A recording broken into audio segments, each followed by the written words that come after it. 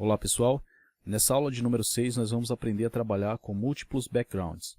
Então vamos começar digitando body, abre e fecha chaves, dá um Enter, e esse body é o corpo de nossa aplicação. É aí onde vai ser apresentado toda a formatação do CSS3.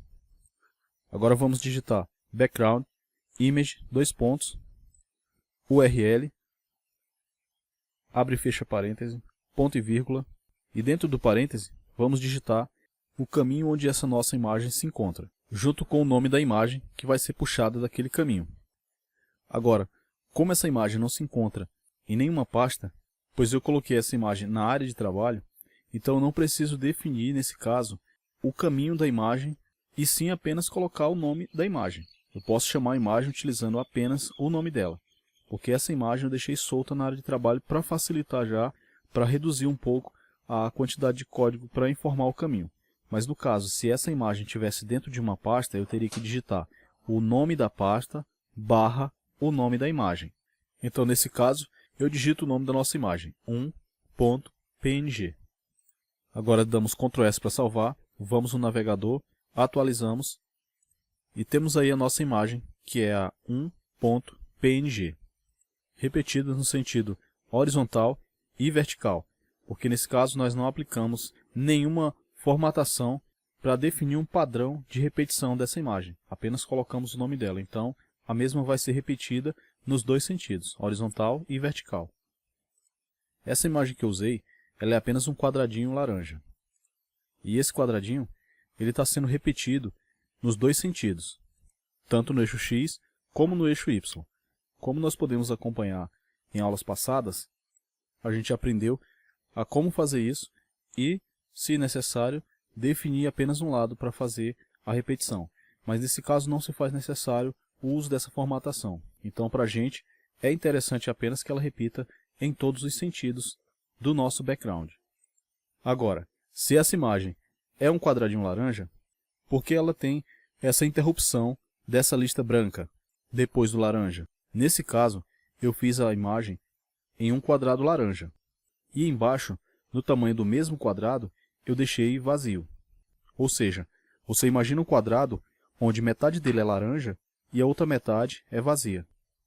Como eu salvei essa imagem em PNG, o espaço vazio ele não vai ter cor nenhuma. Ele vai ter apenas um espaço vazio acompanhando aí a transparência alfa.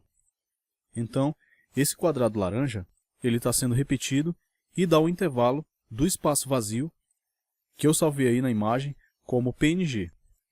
Agora a gente vai aplicar aí a outra imagem para fazer os múltiplos backgrounds. Então vamos colocar aí uma vírgula, espaço URL, abre e fecha parêntese, ponto e vírgula.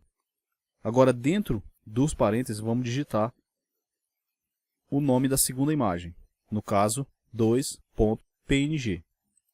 Eu coloquei com esses números para que ficasse mais fácil a identificação de qual que era a primeira, a segunda e a terceira imagem. Mas é apenas o nome, pode ser qualquer um. Então agora eu salvo, venho aqui no navegador e atualizo. E a gente pode ver que a imagem 2 está por baixo da imagem 1. A imagem número 2, ela usa o mesmo princípio da imagem número 1, que seria um quadrado com uma parte na cor marrom e a outra transparente. Da mesma forma que foi feita a primeira imagem, também eu fiz a segunda. E caso eu não defina nenhuma formatação, ela vai ser repetida também nos dois sentidos, horizontal e vertical. Agora eu venho aqui na imagem número 1 e copio toda ela, incluindo o URL. Eu dou um Ctrl C, agora eu venho aqui, depois de background image e dou um Ctrl V, colando assim a imagem número 1.png que eu copiei da URL.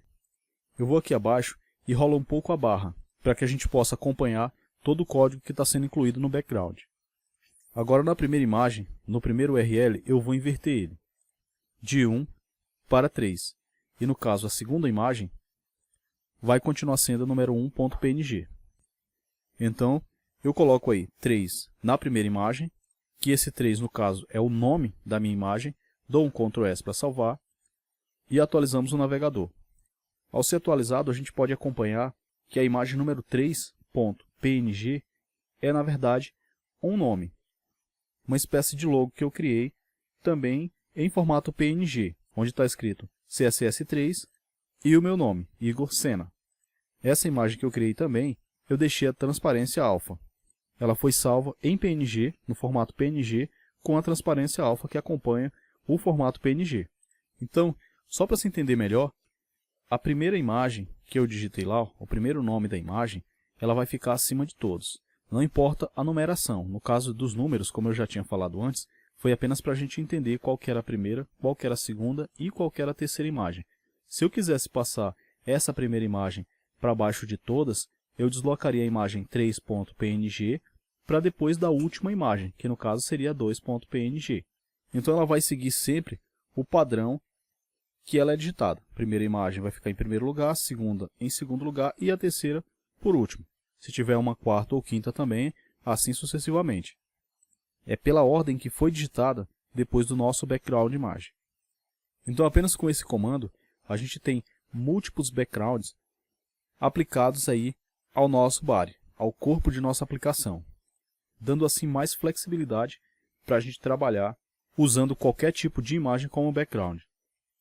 As imagens elas podem ser usadas em qualquer formato, mas eu aconselho usar em PNG por apresentar uma flexibilidade maior para a gente trabalhar com elas.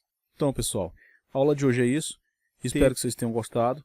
Vamos treinar aí para aprender a aplicar esses múltiplos backgrounds, que é uma coisa fácil, uma quantidade bem pouca de código.